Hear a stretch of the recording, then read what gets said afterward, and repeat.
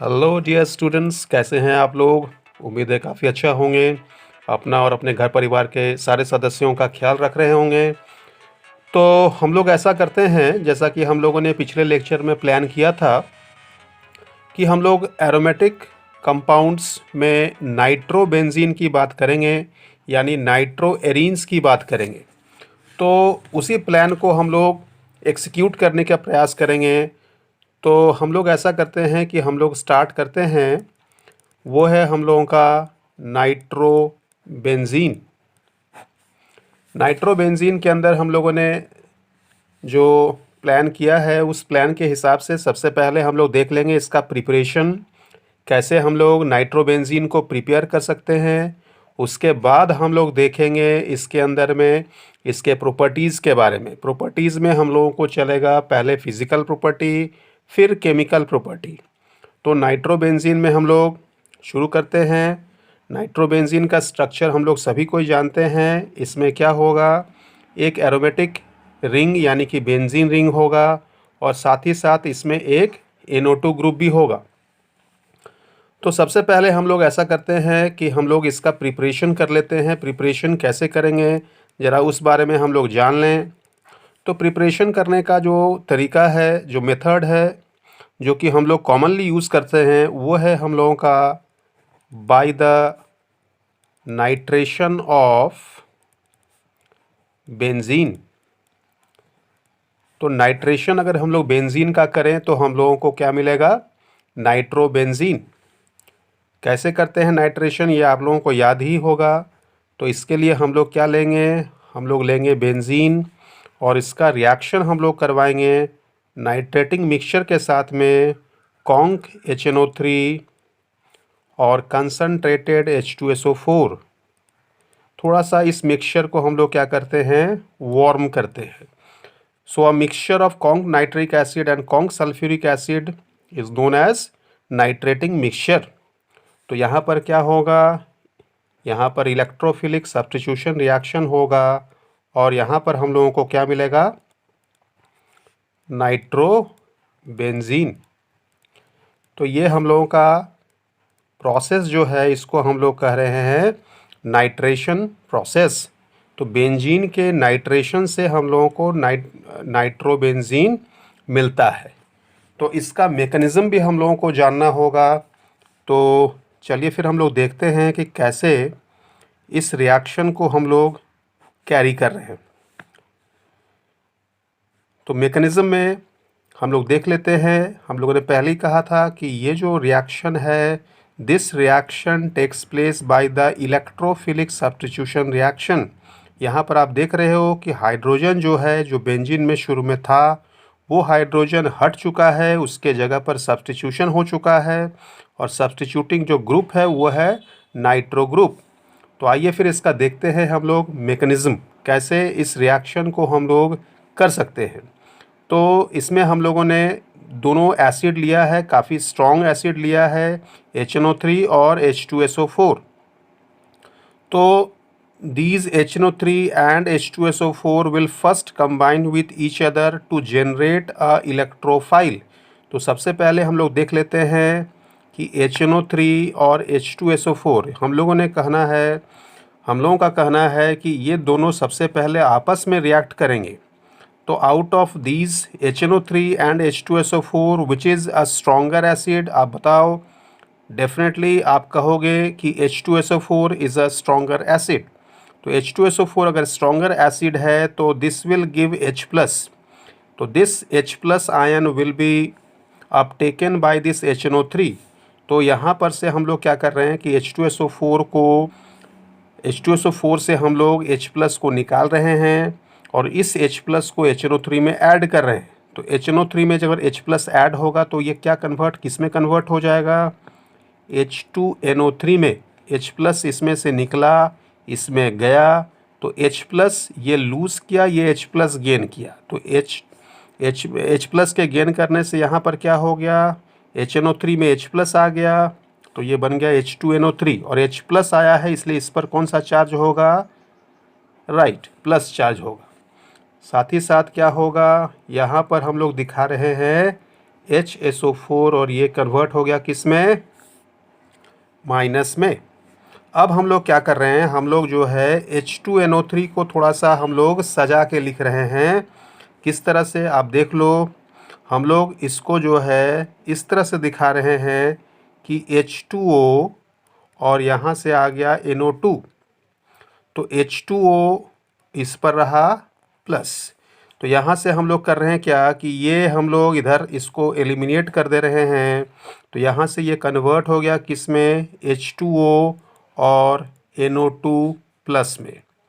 तो ये जो NO2 प्लस बना, यही हम लोगों का क्या कहलाया, यही हम लोगों को इलेक्ट्रोफाइल कहलाएगा। इलेक्ट्रोफाइल का मतलब आप समझ रहे हो, इलेक्ट्रॉन लविंग स्पीसीज या electron deficient species having a positive charge. तो ये जो इलेक्ट्रोफाइल जनरेट हुआ है, this electrophile will attack at the benzene ring. तो इस बेंजीन रिंग पर जो है ये NO2 प्लस क्या करेगा, अटैक करेगा। तो इसको हम लोग किस तरह का अटैक कह रहे हैं, इलेक्ट्रोफिलिक अटैक। तो इससे क्या होगा, इससे जो है हम लोगों को यहाँ पर दिखा रहे हैं कि NO2 जो है वो अटैक कर गया and this position will have positive charge. ये पॉजिटिव चार्ज क्या होगा, through out the molecule delocalise करेगा, जिसको हम लोग कहते हैं रेजोनेंस।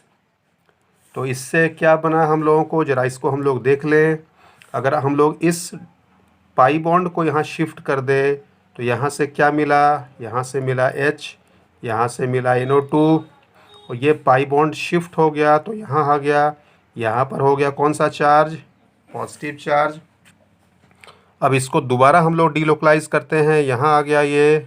तो नया स्ट्रक्चर कैसा बना ज़रा देख लें हम लोग। यहाँ पर H आ गया, यहाँ पर NO2 जो पहले से था। इस बॉन्ड को हम लोगों ने कुछ नहीं किया, ये बॉन्ड जो था पहले इसको हम लोगों ने शिफ्ट किया तो यहाँ आ गया ये। और this carbon will have a positive charge. और फाइनली हम लोग क्या कर रहे हैं कि इसको यहाँ ला रहे हैं और उसको लाने से क्या हो गया, हम लोगों को अगला जो स्ट्रक्चर बन रहा है वो कुछ इस तरह से होगा कि यहाँ पर NO2 हो गया और ये जो कार्बन और हाइड्रोजन के बीच का बॉन्ड था ये टूट करके यहाँ आ गया। इस तरह से हम लोग इसको दिखा रहे हैं और यहाँ से हम लोगों को H प्लस फ्री हो गया। तो this H plus will combine with which one, HSO4 minus, ये जो हम लोगों का बाईसल्फेट आयन है उसके साथ में कंबाइन करेगा और कंबाइन करने के बाद we will get back this H2SO4। So what we are seeing is H2SO4 has a catalytic action. क्योंकि हम लोगों ने स्टार्टिंग में H2SO4 लिया था, वही H2SO4 हम लोगों को रिएक्शन के बाद वापस मिल गया। इसका मतलब हो गया क्या कि H2SO4 has a catalytic action. तो ये हम लोगों ने देखा कि कैसे हम लोग नाइट्रोबेंजीन को प्रिपेयर कर सकते हैं और नाइट्रोबेंजीन का प्रिपरेशन के बाद जो बेंजीन से नाइट्रोबेंजीन हम लोगों ने बनाया है, इसका मेकनिज़म क्या हुआ। ये मेकनिज़म का मतलब होता है रिएक्शन पाथवेज। ये रिएक्टेंट है, ये प्रोडक्ट है, रिएक्टेंट प्रोडक्ट में कन्वर्ट होने से या होने के लिए किन किन रास्तों से वो गुजरा है। तो यहाँ पर हम लोग कह रहे हैं कि this is the mechanism of formation of nitrobenzene from benzene and this will follow which kind of reaction, electrophilic substitution reaction, which is very common in benzene and benzene like other aromatic compounds। तो इसके बाद हम लोग आते हैं, वो हम लोगों का होगा, वो होगा properties of nitrobenzene।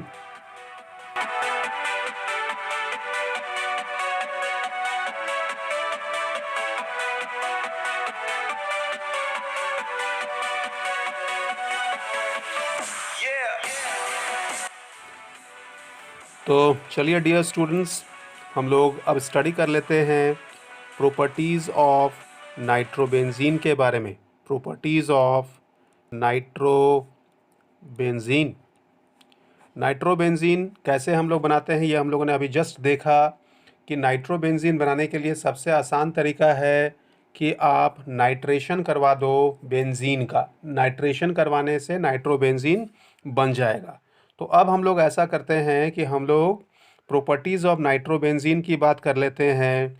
तो हम लोग प्रॉपर्टीज़ में सबसे पहला जो प्रॉपर्टी देखने जा रहे हैं वो फिज़िकल प्रॉपर्टी है। तो फिज़िकल प्रॉपर्टी की बात हम लोग थोड़ा कर लें।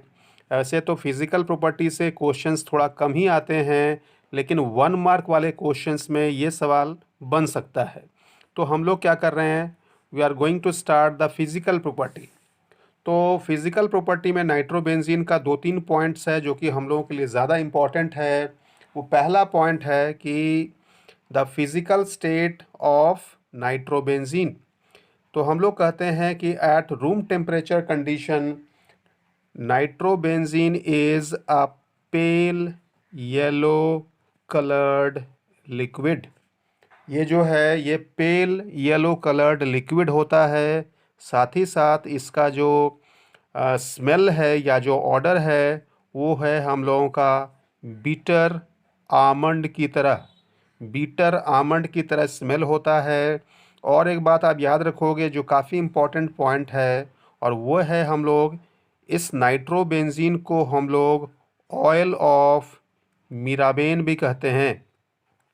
ऑयल ऑफ मीराबेन क्या हो गया, तो मीराबेन जो है वो वैसा केमिकल को हम लोग कह सकते हैं कि जिसमें हम लोग सोप्स या कोई भी परफ्यूम बनाने में इस ऑयल का इस्तेमाल करते हैं। मीराबेन का मतलब हो गया फ्रेग्रेंस, या हम लोग इसको इस तरह से कह सकते हैं कि those chemicals substances which are used और which can be used for bringing order और स्मेल इन फ्रेग्रेंस और सोप्स। तो ये हम लोगों को फिज़िकल प्रॉपर्टी की बात हम लोगों ने कर लिया। अब हम लोग आते हैं जो सेकंड प्रॉपर्टी हम लोगों का चलेगा वो है हम लोगों का केमिकल प्रॉपर्टी।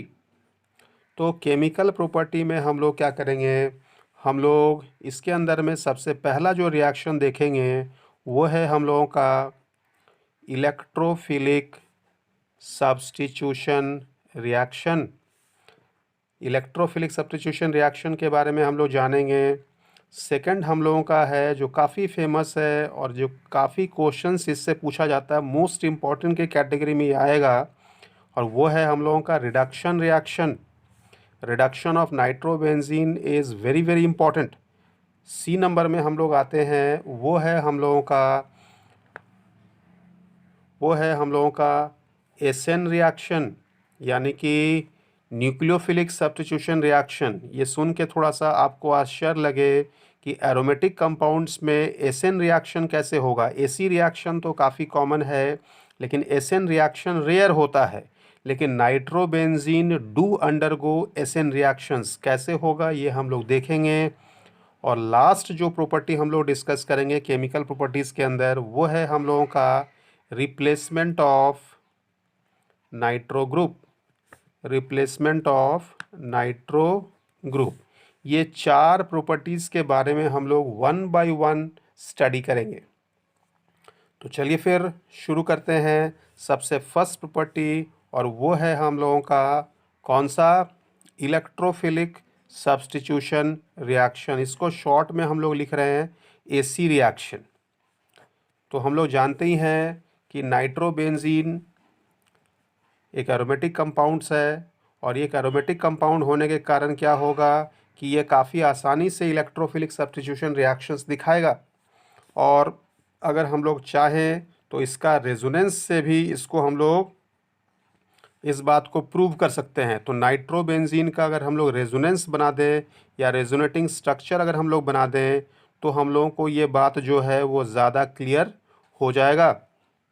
तो चलिए फिर देखते हैं, इसका रेजोनेटिंग स्ट्रक्चर हम लोग बनाते हैं और उस हिसाब से इसको हम लोग दिखाएंगे। तो यहाँ पर नाइट्रोजन का बॉन्ड जो है वो 2 1 3 1 4 हो गया, इसलिए let us put a plus sign, और इस ऑक्सीजन पर जो है हम लोग इसको एक नेगेटिव साइन से दिखा रहे हैं। तो अब क्या होगा, हम लोग जानते ही हैं कि NO2 group is a deactivating group. तो what this will do, this will pull this electrons, ये इलेक्ट्रॉन को बाहर निकालेगा और यहाँ से जो है इस तरह से ये जाएगा। तो अगला जो रेजोनेटिंग स्ट्रक्चर हम लोगों का होगा वो कुछ इस तरह का होगा कि यहाँ पर से हम लोग डबल बॉन्ड दिखाएंगे, N दिखाएंगे, यहाँ O दिखाएंगे, यहाँ पर भी O दिखाएंगे। 1 2 3 4 5 6, 1 2 3 4 एंड 5 6। तो nitrogen will carry a positive charge, this oxygen will carry a negative one, and so as this one. यहाँ से जो है इलेक्ट्रॉन बाहर निकल चुका है, इसलिए इस पर भी क्या रहेगा, एक प्लस चार्ज रहेगा। Now this positive charge will get delocalised. इसको हम लोग क्या करेंगे, सारे के सारे मॉलिक्यूल्स में फैला देंगे। तो फैलाने के बाद जो नया स्ट्रक्चर बनेगा वो किस तरह से बनेगा, ज़रा वो भी हम लोग देख लें। तो 1 2 3 4 5 6 इसलिए यहाँ पर एक नेगेटिव चार्ज दिखाएंगे। इस ऑक्सीजन पर भी एक नेगेटिव चार्ज होगा, क्योंकि this oxygen is having 3 pi bonds और अदर 3 लोन पेयर्स। तो इस पर आ गया कौन सा चार्ज, प्लस, और इस प्लस चार्ज को हम लोगों ने आगे बढ़ा दिया है। तो यहाँ पर जो है ऐसा हो गया, इस तरह से हम लोग दिखा रहे। तो अगला स्ट्रक्चर जो है वो किस तरह का होगा, इसको हम लोग इधर लाएंगे। और इधर लाने से क्या हो गया कि ये जो है हम लोगों को शिफ्ट कर गया। तो शिफ्ट करने से नया स्ट्रक्चर कैसा बना, ज़रा वो भी हम लोग देख लें। तो यहाँ पर से डबल बॉन्ड N हो गया, इस तरह से हम लोग दिखा रहे हैं। 1 2 3 4 5 6, यहाँ पर भी इस तरह से हम लोग दिखा रहे हैं। Nitrogen will carry a positive charge. यहाँ पर इसको हम लोगों ने कुछ नहीं किया, ये बॉन्ड जो था पहले, इसको यहाँ पर हम लोगों ने शिफ्ट किया है। तो ये हो गया यहाँ, और यहाँ पर आ गया कौन सा चार्ज, प्लस चार्ज। तो अब फाइनली हम लोग दिखाएंगे क्या, कि अब जो है इसको हम लोग वापस लौटा देते हैं।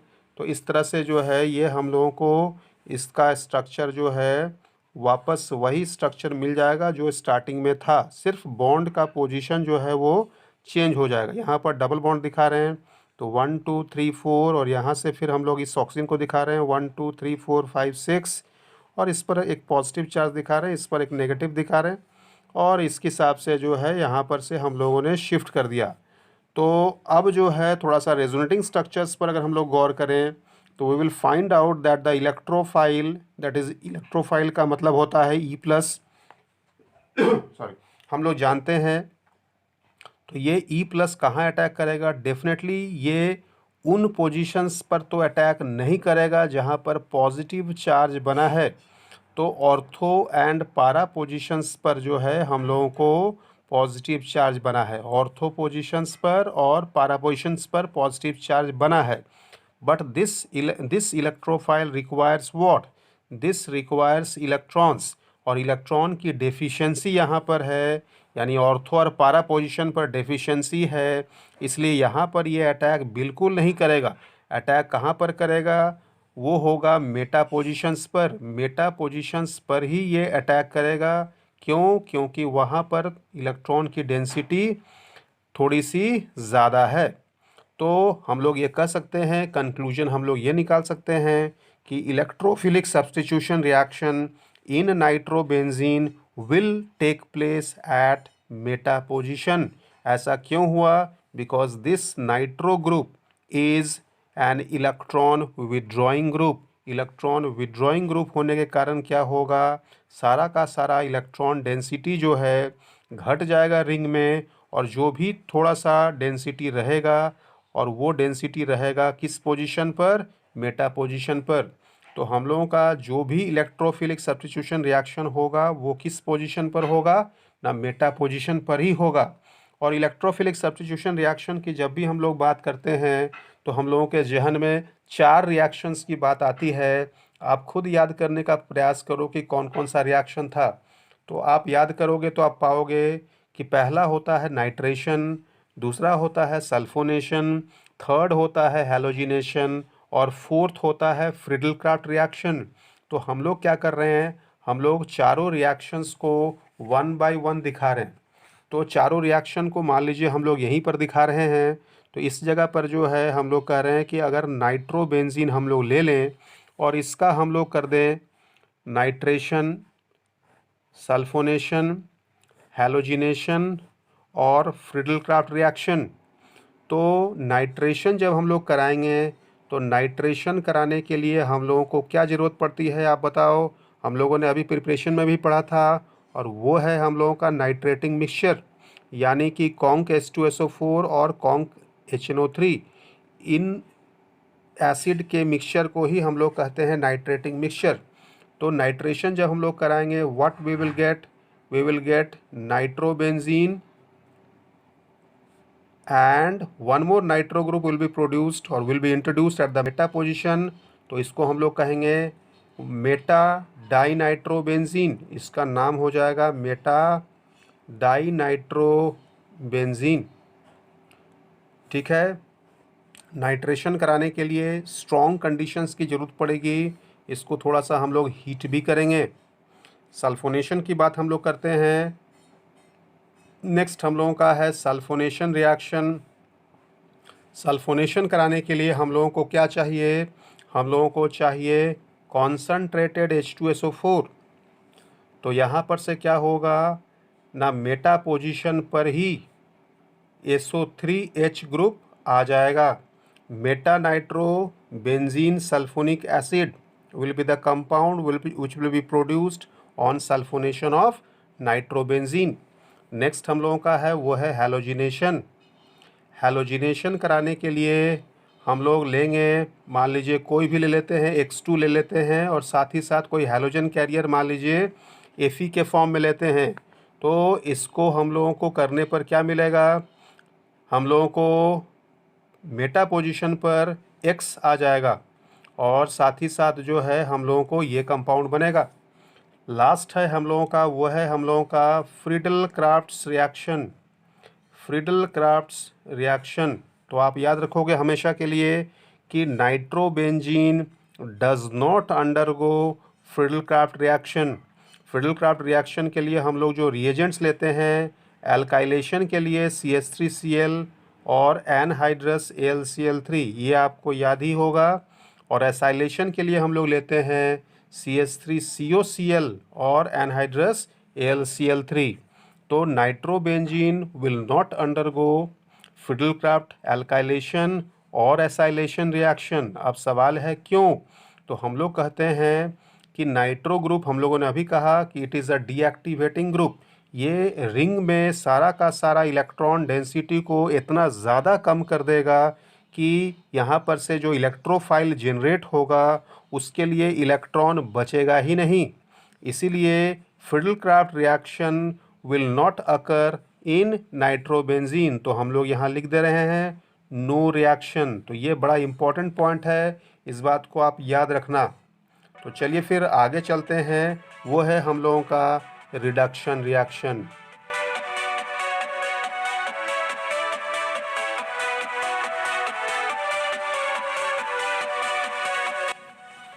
तो चलिए डियर स्टूडेंट्स, हम लोग अब आते हैं मोस्ट इम्पॉर्टेंट प्रॉपर्टी पर, और वो है हम लोगों का रिडक्शन। तो नेक्स्ट हम लोग प्रॉपर्टी पर बात कर रहे हैं, वो है हम लोगों का रिडक्शन ऑफ नाइट्रोबेंजीन।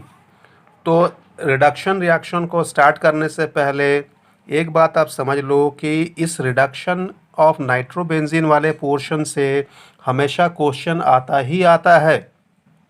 इसलिए क्योंकि रिडक्शन जो नाइट्रोबेंजीन का हम लोग करवाते हैं वो डिफरेंट कंडीशंस में डिफरेंट प्रोडक्ट्स बनता है। जैसे अगर हम लोग एसिडिक कंडीशंस लें तो प्रोडक्ट कुछ और बनेगा, न्यूट्रल लेंगे तो कुछ और बनेगा, एल्कलाइन लेंगे तो कुछ और बनेगा। इसी तरह से जो है इलेक्ट्रोलाइटिक रिडक्शन अगर करवाते हैं तो फिर कुछ प्रोडक्ट डिफरेंट बनेगा। इसीलिए इस रिडक्शन ऑफ नाइट्रोबेंजीन वाले पोर्शन को काफ़ी केयरफुली आप देखना, ताकि आपको सारे के सारे रिएक्शंस जो है वो याद रहें। तो हम लोग ऐसा करेंगे कि सबसे पहले जो है हम लोग पिक कर रहे हैं in acidic medium. Acidic medium का मतलब हो गया कि हम लोगों को या तो किसी HCl की ज़रूरत पड़ेगी या नहीं तो फिर H2SO4 की ज़रूरत पड़ेगी। तो आप याद रखोगे कि अगर हम लोग नाइट्रोबेंजीन ले लें और इसका हम लोग रिडक्शन करवाएं, जैसे यहाँ पर हम लोग ले रहे हैं या तो SnHCl या फिर FeHCl, तो HCl का प्रेजेंस ये शो करता है कि द मीडियम इज़ एसिडिक।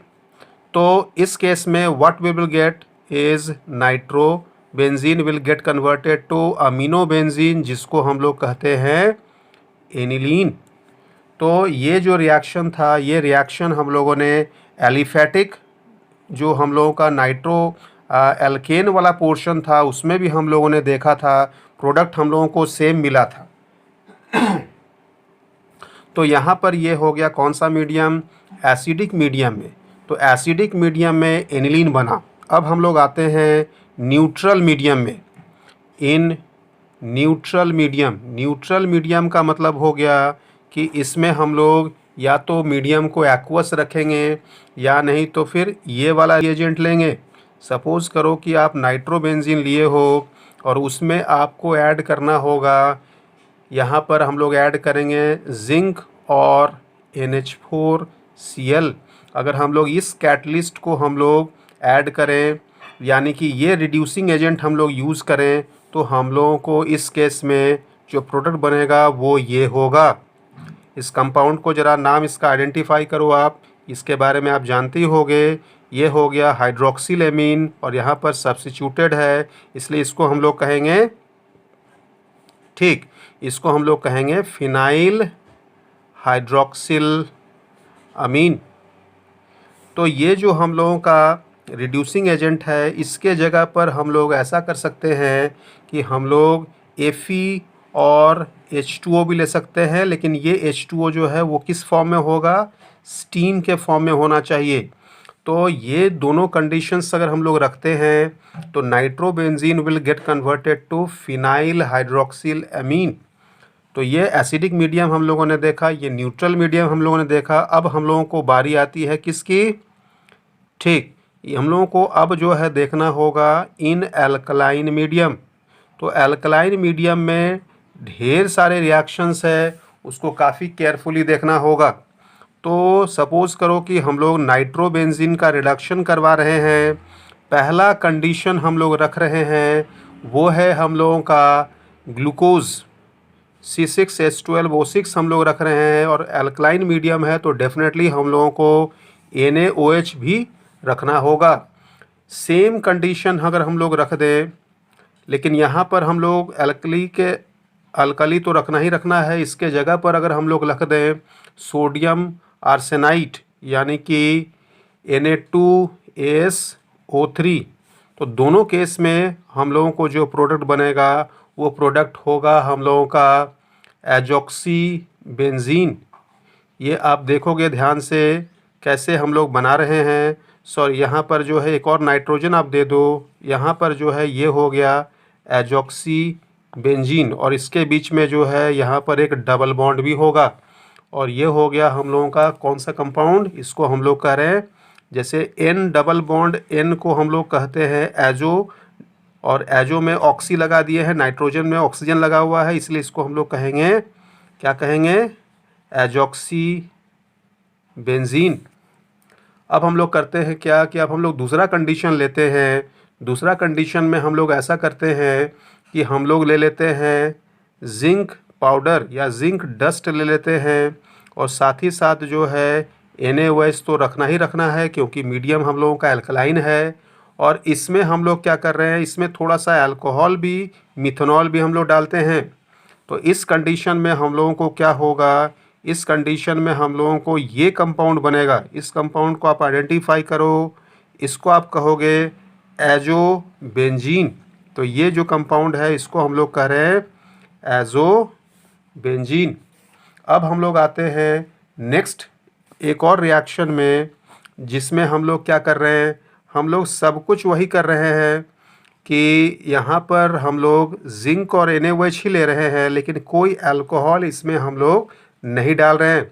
तो अल्कोहल अगर हम लोग नहीं डालें तो इस कंडीशन में हम लोगों को मिलेगा, क्या मिलेगा, ज़रा इसको हम लोग देख लें, इसको आप आइडेंटिफाई कर लो। ये तो पहले था एजोबेंजीन, अब ये जो है बन जाएगा ये, इसको हम लोग कह रहे हैं हाइड्रो एजोबेंजीन। तो यहाँ पर थोड़ा सा केयरफुल होने की ज़रूरत है कि हम लोग जब सेम कंडीशन रखते हैं और अल्कोहल डाल देते हैं तो एजोबेंजीन बनता है, लेकिन अल्कोहल का अगर हम लोग नहीं डालते हैं रिएक्शन में तो अल्कोहल के एब्सेंस में हम लोगों को क्या बनता है, हाइड्रो एजो बेंजीन। तो ये काफ़ी केयरफुल इसको आप देखोगे तो आपको फिर जो है रिएक्शन याद रहेगा। अब हम लोग आते हैं, नेक्स्ट हम लोगों का है वो है हम लोगों का इलेक्ट्रोलाइटिक रिडक्शन। तो चलिए फिर हम लोग आते हैं third type of reduction process में, जो कि हम लोगों का है इलेक्ट्रोलाइटिक रिडक्शन। इलेक्ट्रोलाइटिक रिडक्शन का मतलब हो गया कि इसमें हम लोगों को इलेक्ट्रिसिटी पास कराने की ज़रूरत पड़ेगी। तो हम लोग क्या कर रहे हैं, इसमें भी दो टाइप का रिएक्शन होगा या दो कंडीशन में रिएक्शन होगा। प्रोडक्ट हम लोगों को डिफरेंट आएगा, इसलिए हम लोग इसको इस तरह से दिखा रहे हैं। तो सबसे पहला जो कंडीशन है वो है हम लोगों का कि इसमें हम लोग कर रहे हैं इलेक्ट्रोलाइटिक रिडक्शन।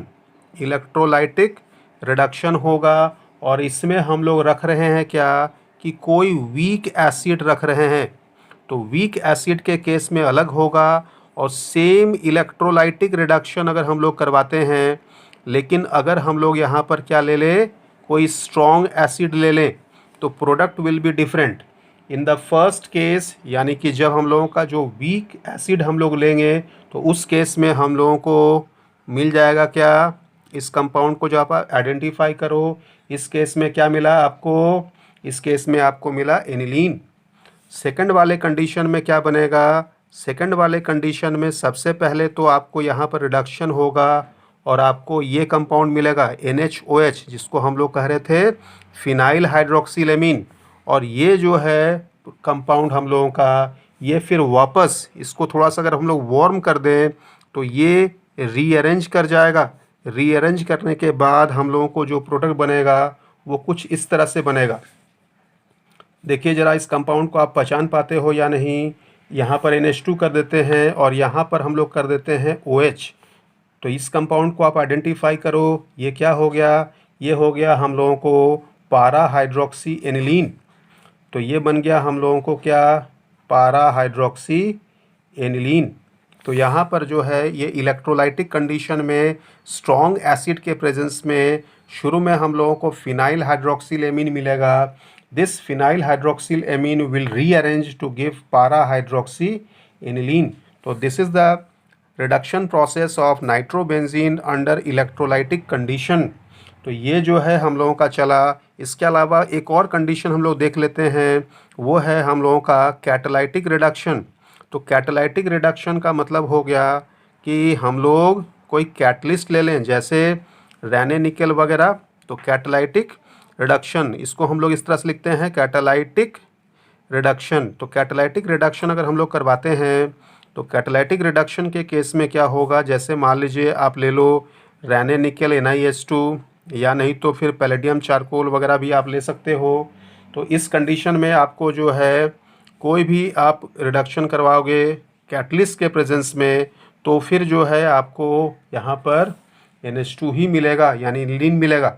वही अगर आप इसमें लिथियम एल्युमिनियम हाइड्राइड अगर डालते हो, LiAlH4 डालते हो, तो उस कंडीशन में आपको फिर दो मॉलिक्यूल जो है वो लगेगा। और उस कंडीशन में आपको फिर जो है ये कंपाउंड जिसको हम लोग कह रहे थे एजोबेंजीन, तो ये एजोबेंजीन मिलेगा।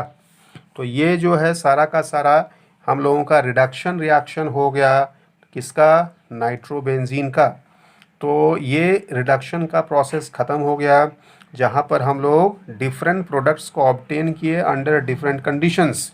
तो ये हम लोग देख लिए। अब हम लोग आते हैं अगला रिएक्शन पर, जो कि हम लोगों का है एसएन रिएक्शन, यानी न्यूक्लियोफिलिक सब्स्टिट्यूशन रिएक्शन।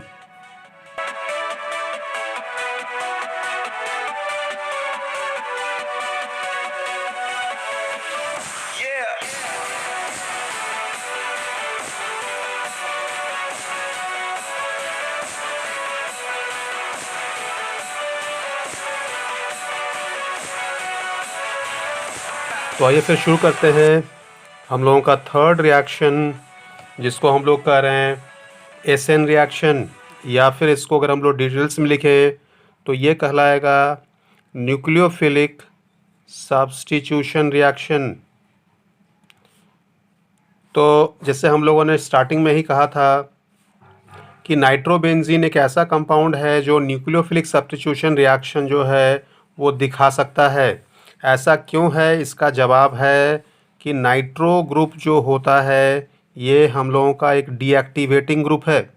तो डीएक्टिवेटिंग ग्रुप होने के कारण क्या हो गया कि इसमें जो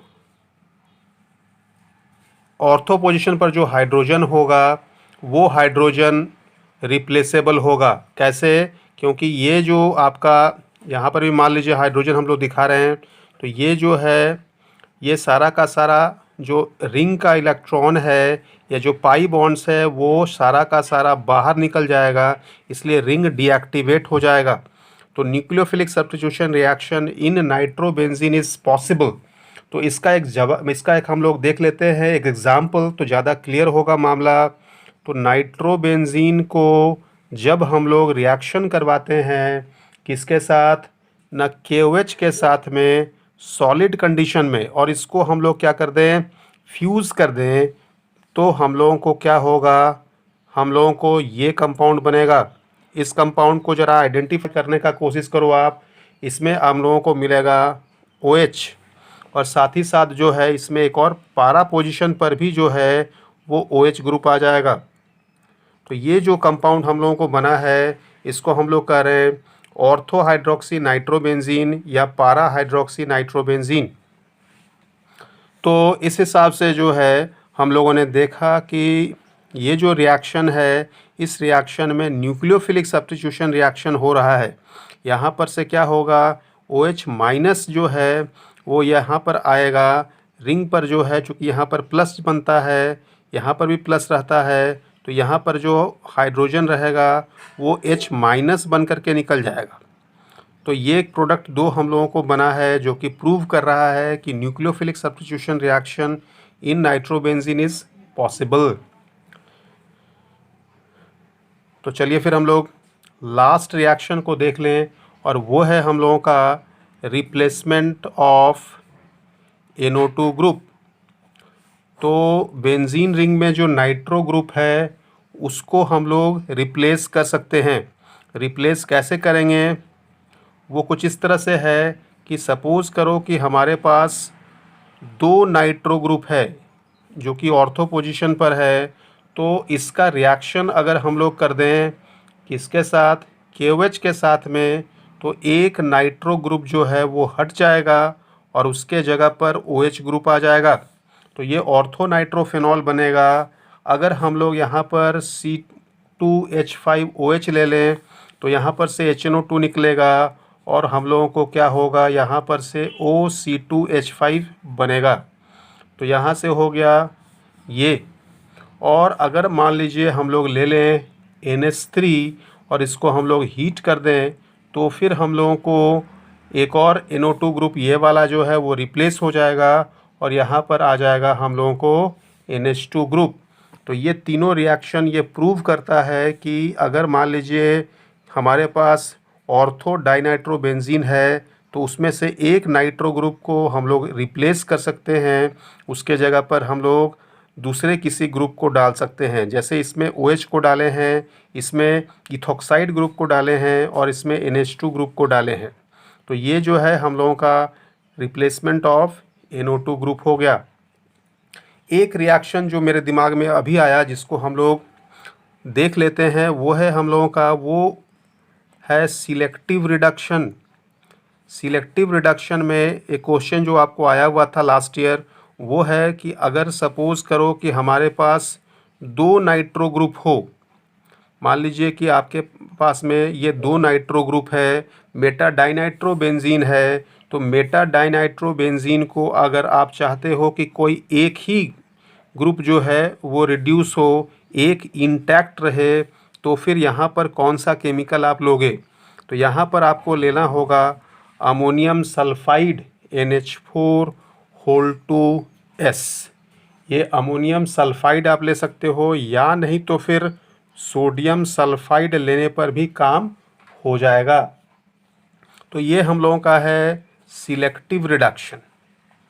ठीक है, तो आज के लिए हम लोग यहाँ पर अपना लेक्चर फिनिश करते हैं। अगले क्लास में हम लोग साइनो और आइसोसाइनो कंपाउंड्स के बारे में जानेंगे। आपको ये लेसन कैसा लगा, इसके बारे में प्लीज़ मुझे कमेंट बॉक्स में ज़रूर लिखेंगे, ताकि मुझे पता चले कि बात कहाँ तक हम लोग अपना रख पाए हैं, कितनी बातें आपको समझ में आई हैं और कौन कौन सी ऐसी बातें हैं जिसका क्लैरिफिकेशन आप चाहते हो। ठीक है, थैंक यू।